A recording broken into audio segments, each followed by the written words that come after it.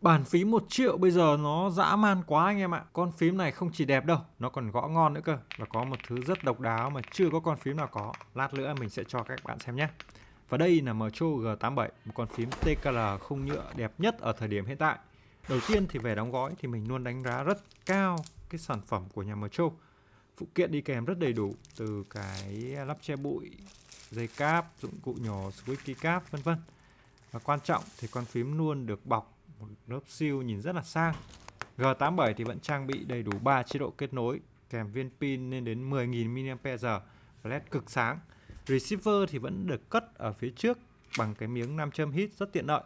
Và điểm nổi bật trên con phím này chính là cái núm xoay ở vị trí rất đặc biệt, kết hợp với cái dải logo Mtro trang trí nhìn rất sang trọng. Anh em không cần phải dùng hai tay để xoay núm như các con phím khác, mà chỉ cần dùng một ngón để vê sang ngang, khá tiện lợi đúng không?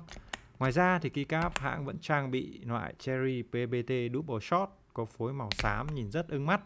Còn switch ở phiên bản này là KTT Kabutofu V2, có tản nét và âm trầm hơn phiên bản V1. Tuy nhiên thì vẫn nên núp lại nếu anh em có điều kiện nhé.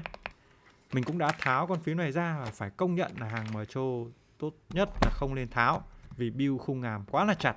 Hơn nữa thì bên trong cũng có đầy đủ tất cả các farm rồi, nên là sẽ không sợ bị vang hay rỗng một chút nào. Và anh em thì có thể nghe sound test này xem có đúng là âm creamy dành cho dân văn phòng chưa nào.